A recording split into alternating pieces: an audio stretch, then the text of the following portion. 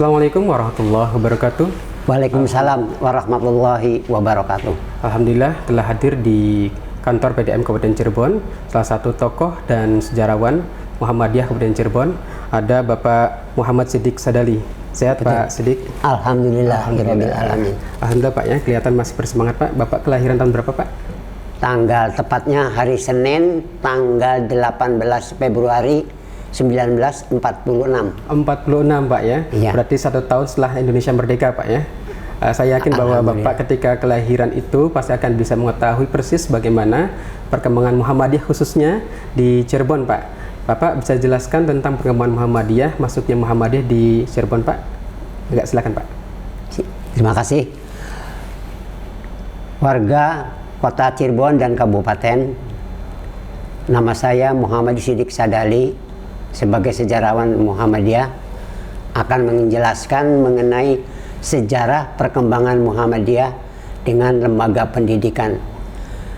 Pertama, saya mendapat informasi lengkap itu dari 3 orang. 3 orang. Pertama, Bapak Sutisna Sastradireja, kakaknya Pak Bumita, yang menjabat sebagai Kepala PGA pertama Cirebon. Kemudian Ibu Siti Juleha, Kepala SD Muhammadiyah 1 Cirebon.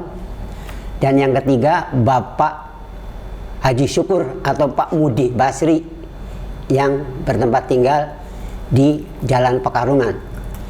Dari beliau-beliau itu saya mendapat wawancara mengenai perkembangan Muhammadiyah dari mulai awal adanya Muhammadiyah sampai terjadi perpindahan tempat kepengurusan.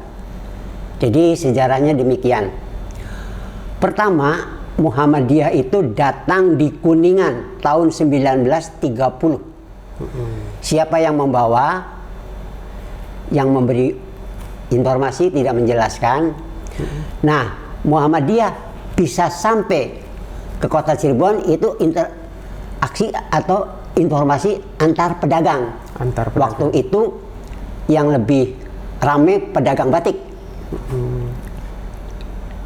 Kemudian ada seorang bapak namanya Kiai Haji Toyib dari Kuningan berdagang ke Kota Cirebon. Ngobrol-ngobrol sesama pedagang menjelaskan bahwa di daerah Kuningan ada Muhammadiyah. Waktu itu Cirebon masih gelap lah istilahnya. Iya. Kemudian karena rutinnya sering interaksi dengan pedagang dan informasi mengenai hal-hal yang berkaitan dengan pendidikan Islam, lama-kelamaan ada usul dari Bapak Raden Suyat yang rumahnya di Syekh Magelung, termasuk Kelurahan Kebon Baru kalau sekarang Kecamatan Kejaksaan. Beliau berkata kepada Pak Kiai Toyib, bagaimana kalau di Cirebon diadakan pengajian rutin? Diadakan pengajian rutin. Boleh.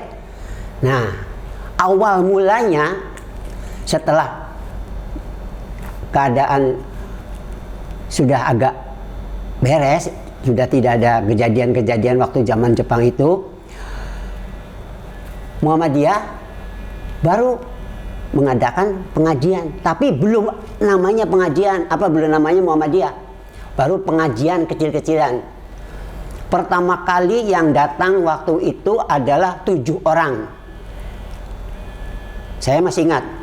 Pertama Pak Raden Suyat yang mempunyai rumah, Pak Haji Sumardi, toko batik di Jalan Karangketas, Haji Yusuf, Pak Bazar Ma'ruf, adiknya Pak Farid Ma'ruf, kemudian Pak Basuki, pamannya Pak Bumita dan Pak Sutisna, kemudian Pak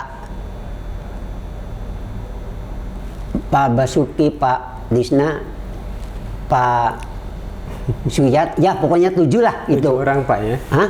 Iya 7 orang. 7 orang itu mengadakan pengajian.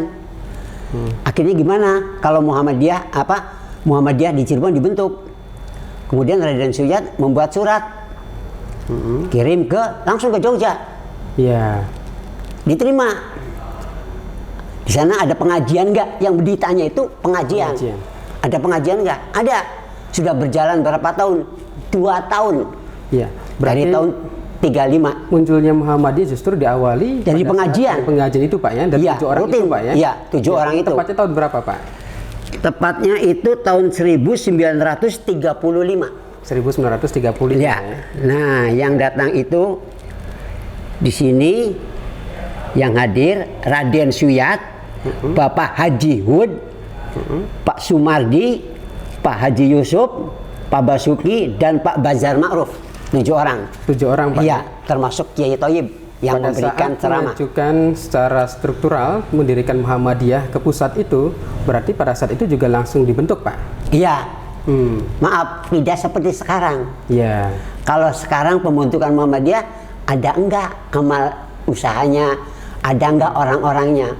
Kalau di zaman waktu itu langsung ditunjuk, langsung jadi. Kalau di sana ada yang sanggup tanggung jawab dan ada orangnya yang mau jadi ketua, langsung dibentuk. Iya, dan persyaratannya hanya ditanya tentang ada nggak pengajian Pak ya? Iya, pertama pengajian, kedua belum menyampaikan amal usaha, hanya pengajian saja. Iya. Nah, kemudian setelah tahun 35 berdiri pengajian sampai 2 tahun 1937 itu mengirim surat, diterima. Silakan bentuk. Dibentuk pengurus cabang Muhammadiyah. Iya. Waktu itu pengurus besar Yogyakarta dipimpin oleh Bapak Kiai Haji Mas Mansur. Iya. Itu tepatnya di mana Pak? Tempatnya? Tempatnya di rumahnya Haji Suyat. Baik Pak. Tadi Pak, untuk artinya masuknya Muhammadiyah di Cirebon itu kan dibawa oleh 7 orang Pak ya, kemudian diusulkan ke pusat. Oleh 1 orang dulu. Iya. Kiai Thoyib yang dari Kuningan. Betul. Kemudian dibentuk dari 7 orang dan diusulkan kan Pak ya ke pusat. Gitu. Iya. Itu tepatnya tahun berapa Pak? Tahun 1937. 37. Kemudian setelah dibentuk ketuanya siapa Pak? Ketuanya Pak Haji Hud. Pak Haji Hud. Iya, Pak Haji Hud. Iya. Kemudian setelah itu paling tidak juga Muhammadiyah sudah mulai muncul Pak ya. Sudah. Pertama kali Muhammadiyah muncul di Cirebon di mana Pak? Nah, sejarahnya begini. Jadi waktu itu Muhammadiyah belum terang-terangan muncul. Setelah ada 2 organisasi yang sepaham dengan Muhammadiyah, Persis dan Al-Irsyad, baru Muhammadiyah mengadakan sunatan massal pertama kali. Memamerkan bahwa di Cirebon ada Muhammadiyah itu diadakan sunatan massal. Nah, itu sunatan massal itu waktu kepengurusan Muhammadiyah pindah ke Jalan Pekarungan, bukan di tempat sekarang, tapi di rumahnya orang Cina, namanya Babah Suantin. Nah, di situ. Jadi Muhammadiyah pertama adanya pengajian itu di Gang Semarglung pertama. Kemudian pindah ke Jalan Pekarungan, bukan yang di tempat sekarang, tapi di rumah seorang Cina, namanya Babah Suantin, di depan rumahnya Pak Suparno Rahman. Nah, di situ Muhammadiyah mulai menampakkan diri dengan pertama mengadakan sunatan massal. Ini kelihatan menarik Pak, ada Babah Suantin Pak ya? Iya. Padahal itu orang Cina. Iya, orang Tapi Cina. mau ditempati sebagai Jadi, tempat. beliau itu silakan tempati. Walaupun beliau Cina. Identifikasi Cina dan Islam bukan Pak? Wawalam, hanya begitu. Kata Pak Sutisna itu Pak Babah Suantin membolehkan tempat itu dipakai untuk kepengurusan Muhammadiyah. Baik, Pak. Setelah itu kemudian saya yakin juga Muhammadiyah akan selalu berkembang Pak ya. Iya. Sepengetahuan Bapak itu berdasarkan fakta sejarah. Iya. Perkembangan Muhammadiyah selanjutnya kelihatan paling muncul di periode berapa Pak? Atau tahun berapa? Nah, tahun 1937 waktu kepengurusan dipegang oleh Bapak Haji Hud, melebarkan sayap, membuka ranting. Betul. 5 ranting cabang Cirebon. Ranting pertama Sindang Laut. Sindang Laut. Ketuanya Muhammad Badri. Iya. Yang kedua Jamblang. Jamblang. Ketuanya Sastro Suyitno. Yang ketiga Waled. Waled. Ketuanya Haji Sumanta. Oh, malah Waled ada Pak? Ada. Yang keempat Sumber. Sumber. Ketuanya Madanil Iman. Yang kelima Indramayu. Oh, Ketuanya Ahmad Dasuki oh begitu. yang kemudian jadi Bupati Indramayu itu. Itu waktu zamannya Haji Hud mengembangkan sayap. Sudah Berarti- bisa mengembangkan sayap. Padahal pada saat itu berarti Indramayu kan tidak masuk di Cirebon. Nah, Pak, ya, itu tapi mak- justru kenapa? Perkembangan ya. Karena Pak Ahmad Dasuki itu sebagai orang orang pemerintahan, kerjanya di Departemen Agama Cirebon. Cirebon, baik-baik Pak. Jadi beliau tuh tertarik kepada Muhammadiyah. Ya udah, Indramayu dirikan aja ranting. Begitu. Iya. Kemudian setelah itu perkembangan Muhammadiyah selanjutnya bagaimana Pak? Nah, perkembangan Muhammadiyah itu 10 kali pindah tempat kepengurusan.